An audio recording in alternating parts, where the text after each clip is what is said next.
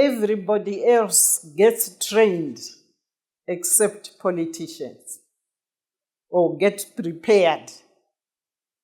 There is no formal preparation. I'm not talking of being a political scientist, and I'm not one of those.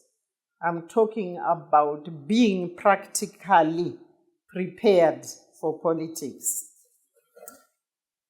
I am going to take a Pan-Africanist approach because we have a common vision. I'm going to use the African Union Agenda 2063, especially there are 7 aspirations, but focusing on one aspiration on good governance, as well as the common vision of the SDGs, which we are supposed to evaluate in 2030. That's a UN setup. I'm also going to talk about this Pan-Africanist approach because my observation of politics and politicians in Africa, I come up with commonalities. It doesn't matter where you go or who you interact with. There are certain things that are common. And lastly, my current involvement is with the International Leadership Foundation as the Vice Chair of the Africa Board. That organization was instrumental in establishing what is ALMA and in Marlborough, although it is mutating now into a university. I'm also involved with the African Forum on Religion and Governance. So if you hear my examples coming from all over Africa, I am not running away from home. I'm just wanting to bring us to this problem, and then we say, what do we do with it? Why is it necessary? Why do we have the need to be intentional in shaping tomorrow's leaders? I believe strongly from observation that there is an absence of programs, deliberate programs for shaping people of whatever age into politicians. We have very good programs on entrepreneurship, general leadership, but not quite politics. We know of politics and refer to politicians, firstly as a group of people, and secondly as individuals.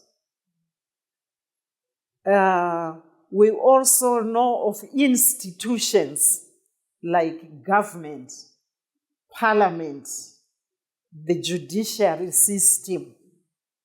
But this morning, we heard how institutions are very important. We also heard, I believe it was from, I was almost tempted to follow suit and say professor. We also heard from Dr. Nkosana Moyo about how foreign these institutions are. I want to submit that one of the reasons that is pushing me with this passion to prepare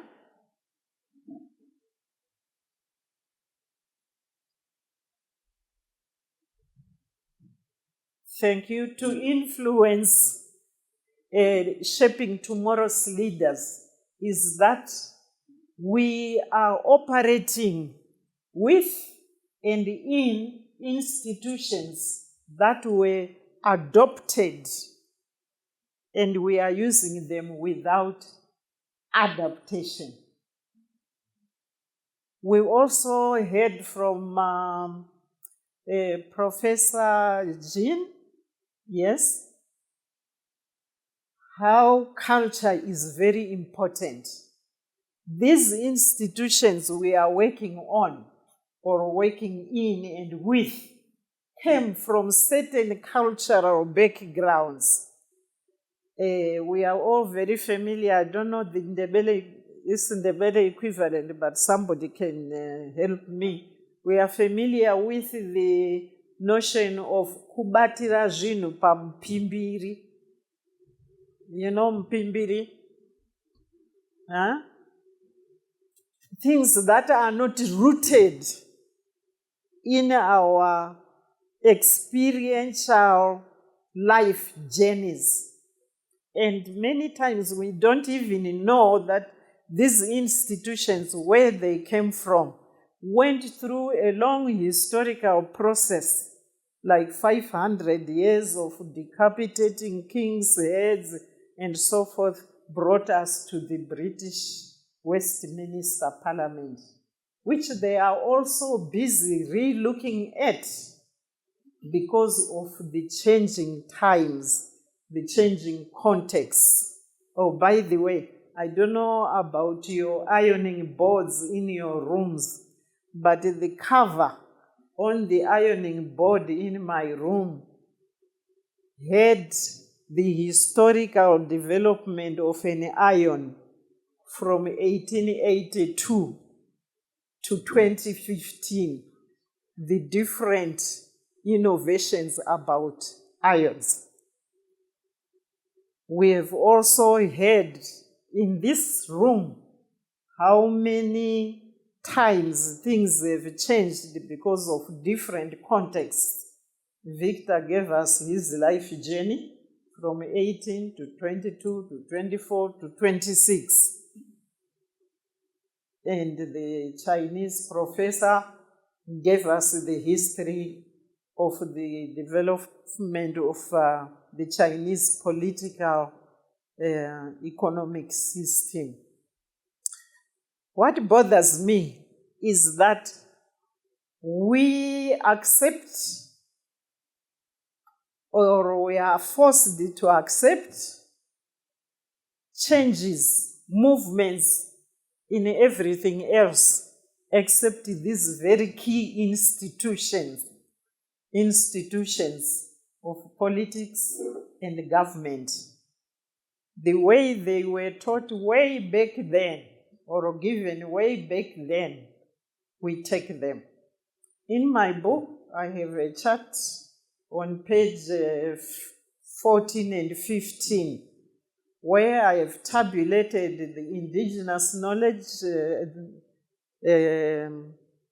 political systems, the colonial experience, the liberation experience, the independence experience, and what I call the global current experience. The way leaders were chosen or are chosen in the indigenous system is not the same way that we choose them today. They are inherited houses of chiefs, and we have Nkosi with us. Huh? If you have grown up, or you were born, bred, and lived in such a system where leaders were chosen through inheritance, that's your experience. Then we came to the colonial period, where we had leadership imposed from outside, the governors, the what. You know, sometimes I laugh. We used to sing, I don't know how many people are of my age here. We used to sing, God save our gracious Queen. Long live our Queen to reign over us. Can you imagine? Every morning at school assembly. How much of that was ingrained within us? that system was to bring a whole new set of values and culture. Then we went into the liberation struggle. For Zimbabwe, it was a war of liberation. In other countries, it came through various processes. But let's keep with a military-style liberation. You have gone through a system of a military culture with all the authority, the ranks, the orders, and so forth, the salutes. Then you come to independence, where we are talking about democracy, one size fits all. How does that fit into the minds of people who never went through that experience? For example, in this room, how many people are under 30? Please raise up. Wow, this is a very good room. At least there are 1, 2, 3, 4, 5, 6. In some audiences I've dealt with, there will be no under 30s. But look at that. The global youth population, young people are more than 50% of the world population. By 2030, 1/5 of the world's population will be African. And more than 45% of that population will be under 20. All these people, the previous and the current, don't have much of the experiences of the charts that I show in my book, but they live with the impact, the influence, the consequences of those experiences. We were going to make a chart, but we decided it might be too complicated. But just imagine the age or ages of our leaders across Africa, minus Senegal, Burkina Faso. Yeah? We are living with leaders who have gone through those experiences. What and how does that impact us? Because of the lack of information and ignorance, you can have young people being very passionate about getting into politics, or not even young people, anybody being passionate, but not being conscious, ready of all the things that we need to know and do. You know, an engineer sees a bridge before we physically see it. An architect will have drawings, they have the house in their minds, but we don't have the politician we want in our mind. The first question or consideration for me has become more and more value-based political involvement. What are we going into politics for? Power, profit, or pressures? Do we have a cause, a call, or a commission? We have knowledge as the basis for politics. I could ask you, who is your parliamentarian? And a lot of people here would not know. And that powerless voter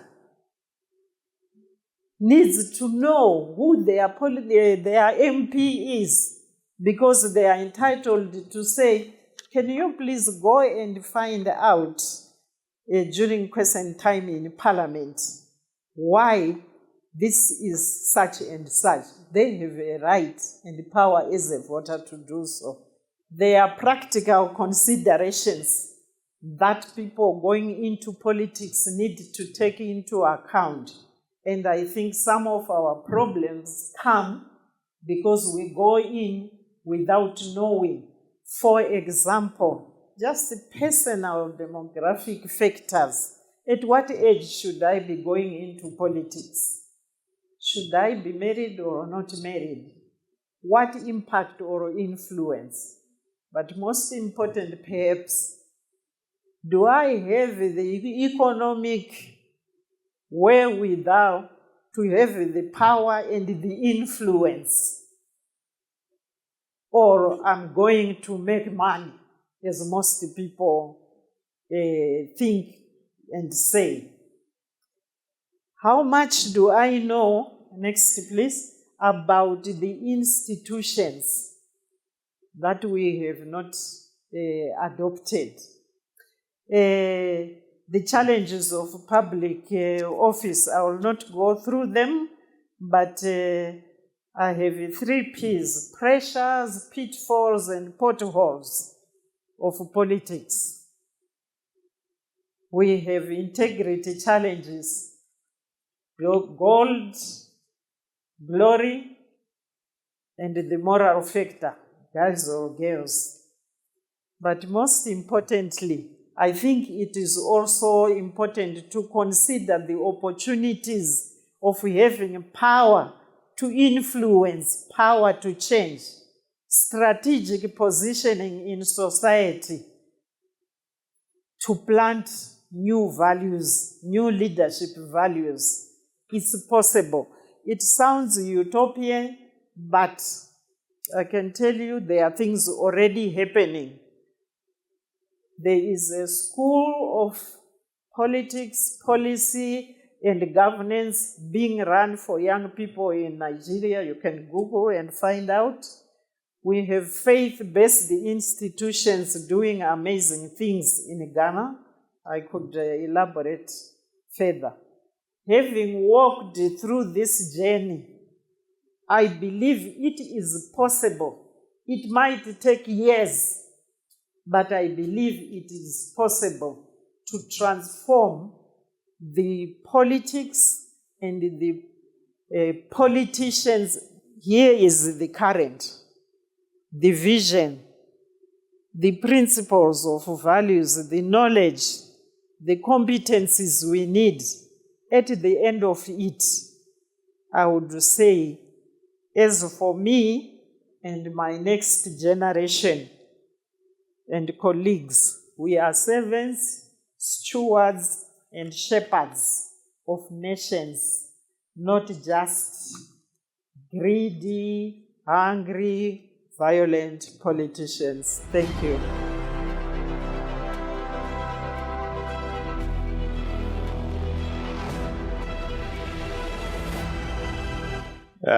Wicknell has bought cars, Jar, so don't be a spoiler.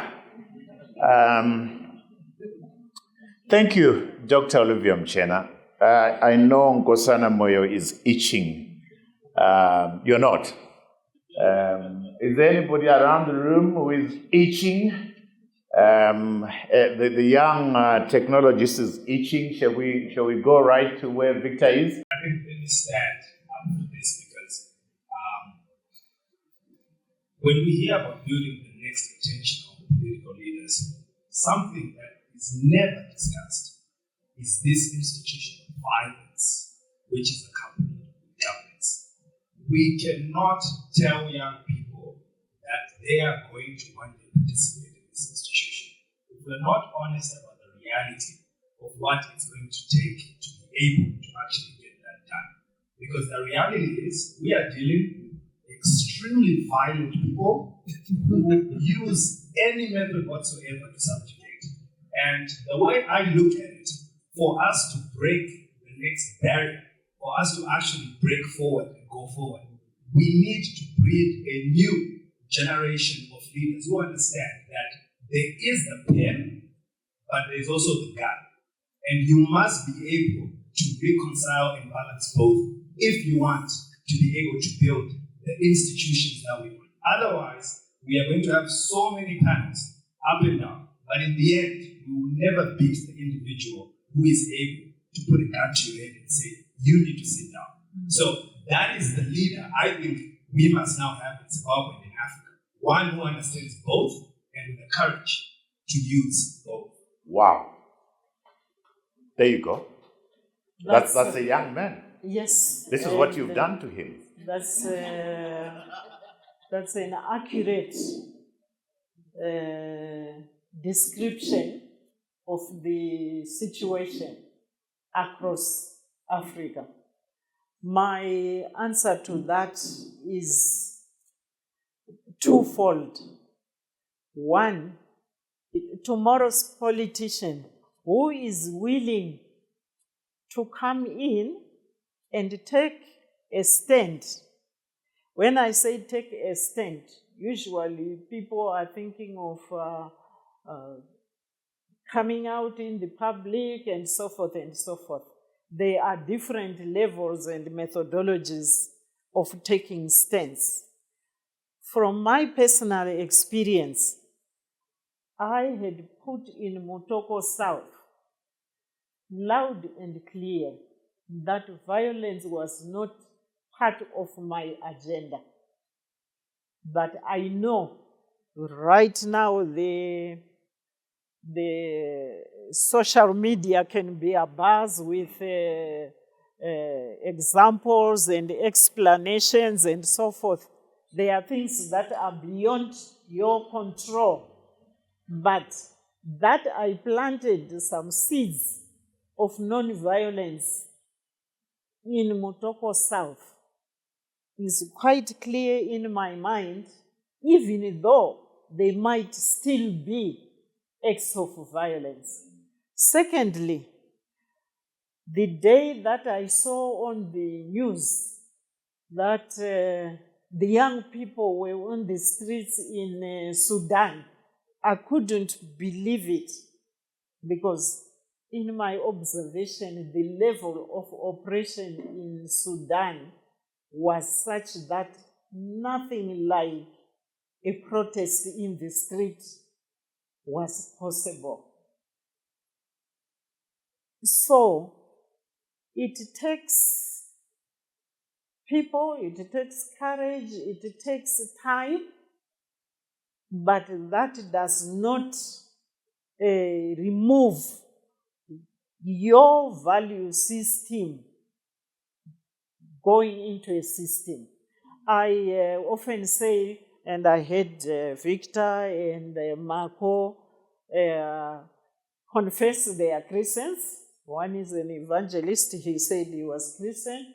I always say to my Christian brothers and sisters, we are supposed to be salt of the earth. Before the salt shaker came in to salt from outside, let's get into the pot. And he who calls you will also know how you will survive. Your focus, which is which we celebrate, is on the leader. But what about the voter? Do we need new leaders, or we need new citizens who understand what their role is? What's your view on that? Thank you. We need both. In one of the infographs, I had players, and under players, there were citizens and voters. And under those, I had, in brackets, civic consciousness. I have a passion for both the leader and the led, because, I'll paint for you what happens. When you are campaigning, you humble yourself, sit in the sand, and anybody can call you anything. Just win the election, and tomorrow you are called the chef by the same people who were making you sit in the sand. all of a sudden they raise you to a pedestal.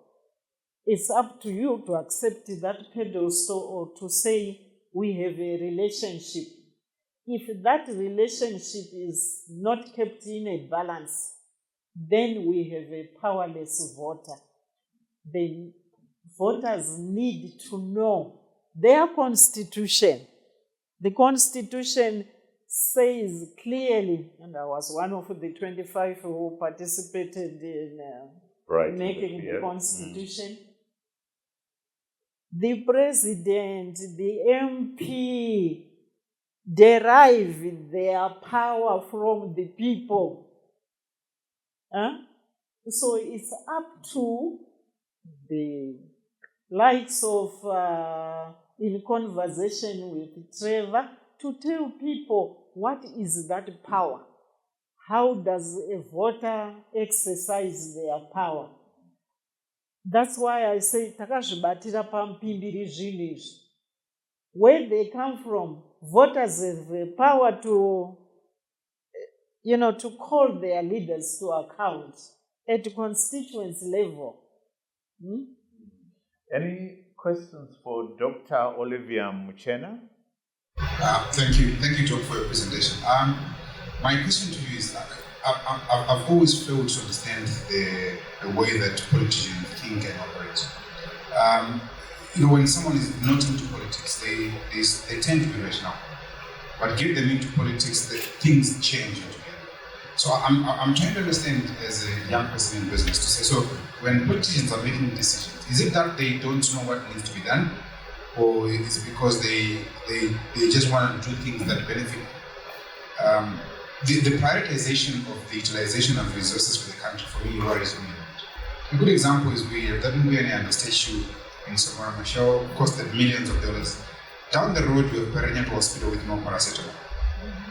That doesn't make sense for me. But I'm just trying to understand, the thinking within the high-ranking people that make this decision. One, I would say, if I wanted to escape, that is an overgeneralization. Because politicians and as policymakers get some things done, get many things done.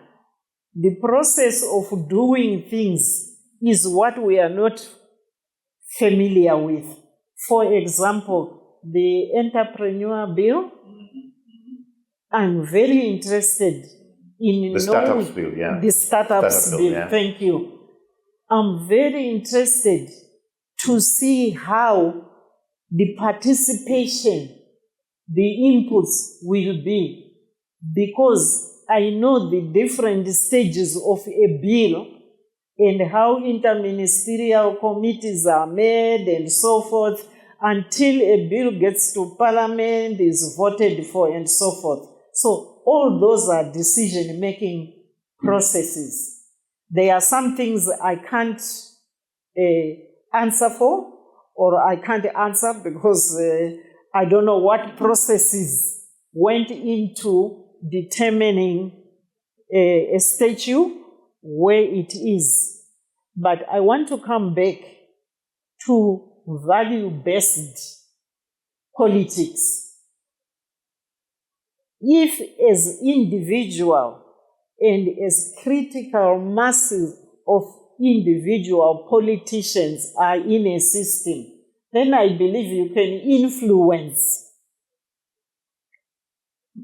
where the prioritization or how the prioritizations are made. Tell me, he's asking a very important question, which I want to put you on the spot as briefly as possible. He says, and you did touch on that, when politicians are campaigning, they are a certain format, staff and substance. When they're in office, they change. Did being in office change you in any way? I want to say it did not change me in the intentions that I went into politics. Again, I give that in my book. I wanted to move from academia, where I was always criticizing. I wanted to go and demonstrate it could be done differently. I had envisaged myself as an MP. I would spend most of my time in the constituents empowering people, but I was instantly brought into the executive. I did try my best to work with the ethos and the value system, and I can vouch. You can go to Mutoko South and ask. I spend more time explaining, educating people's power. For example, instead of giving money, I would say what role I play. Politicians are not governments to promise to what. You are there to make laws that ensure equitable development. If that doesn't happen, then you have problems. At a personal level, I don't believe I changed. Okay, that's good to hear. Kosana? I want to make an observation. Yes. I think we make a mistake. Now, I've traveled the journey. I'm quite old. I'm not going to take a poll of who is what age, but I can assure you I'm older than I look. So I think part of the challenge we collectively have, is that we look at politicians and don't look at our own role in making them who they are. Part of who politicians become is because of the way we treat them. We make gods out of them. Partly because we are very transactional. We are doing that in order to get favors from politicians. And until we re-examine ourselves and our own behavior, not much is going to change. Even the voting. Why is our voting not for people with a track record who can actually do something? Again, because it's transactional. Each person goes to say, I cast a vote for you, Kosana, so that you can do something for me in return. Not that I vote for you because I believe you can actually change my country. So, I think it's very difficult for me to say this, but I think it's true. This country has become more Zanufied than most people want to believe or to acknowledge. Our behavior actually has become very uniform. When you get onto the road, ZANU is not after you telling you how to drive. Why do you drive the way you do? Why? Why do you drive the way you do? You have lost that Ubuntu. Actually, it's not just an empty word. It means nothing when you look at the way we behave. Not forget about the way politicians behave. Look at how we behave. Wow. That's powerful. Thank you so much. My name is Tafatwa. My sentiments were more or less the same like what Dr. Moore said, to say politicians are a reflection of people that they lead. The reason why I'm saying that is I remember a few days back I was at Arundel and I had a dying relative. So I just asked myself, what's the point of this place? Is he a politician? Like, if politics play a part in setting up that. The reason why I'm saying that is we are in this room, we've got people with big businesses. How much are we giving back to the country? Do we need to be politicians to start making a change? And then the second question that I had is when someone commented about violence, where we are looking at who you need to take over from. Yes, we talked about being a Christian. If you're a Christian, it doesn't necessarily mean that you promote demons, but you need to be the person that is raised up to face demons. And I feel like our generation is losing that. A simple thing, a simple task in putting up policies, putting up bills, speaking up for ourselves, nobody wants to do that. But someone is willing to take the risk and take a naked video and post on social media. The effects for me are the same. So why are we just not brave to speak up and, be against those things? So I believe those are some of the patterns where we say, in as much as we want to train politicians, but we also need to train the young people. If you watch documentaries of the people that they enforce the generator, a person would be so live and be saying, right now I can be killed, they can come, but this is what I stand for. That's the generation that we need. So when we train politicians, we also need to train the voters to say, even if you stay in your home and don't vote, you are still causing, the same impact. So those are some of the thoughts that just came to me. Thank you. Wow, the last contribution, Nyasha, and then your last response. Yeah. When I want to make a table, is marginally to the younger generation in this house. When Harare province has 400,000 people who don't go to vote, 400,000 who don't dare to go to vote, where there's no violence, we are sanifying the nation. 400,000 did not go to vote. And if you had access to statistics, each one here was either chasing a dollar or chasing whatever, which has been eaten away by the sea. What am I saying? I'm saying to the young people here, stand out there and vote. I remember the year when executive mayors were created. I actually was the only voter. For 5 hours, I waited to see if anybody was coming. Solomon Tadoma went in with only 10,000. And that was in this most different. If we don't exercise our decision making, we are in complicity with the system. So my challenge to young people, for example, say, since 1980, the elite, the executives have gone out there to play golf, go and eat in the evening, dinners at same level, chips and other. And you allow the powerful to determine the destiny of this country. So you have a powerful economy. So don't squeal. It is you who voted for a powerful economy by non-participation. Thank you. Wow. Your statement and what Nkosana has said is a big indictment of all of us in this room. And I wonder what this means going forward for all of us as, sorry, this thing keeps on switching off, eh? Do you want to respond as we round off? Yes, going forward. Nkosana's comments particularly, and Nyasha and the young lady. I mean, this is a huge indictment of all of us. It is. As I said, when you are campaigning, you grovel. The next morning, you are now being called the chef by the same people. Huh? So, there needs to be a mindset shift of your power and role as a voter.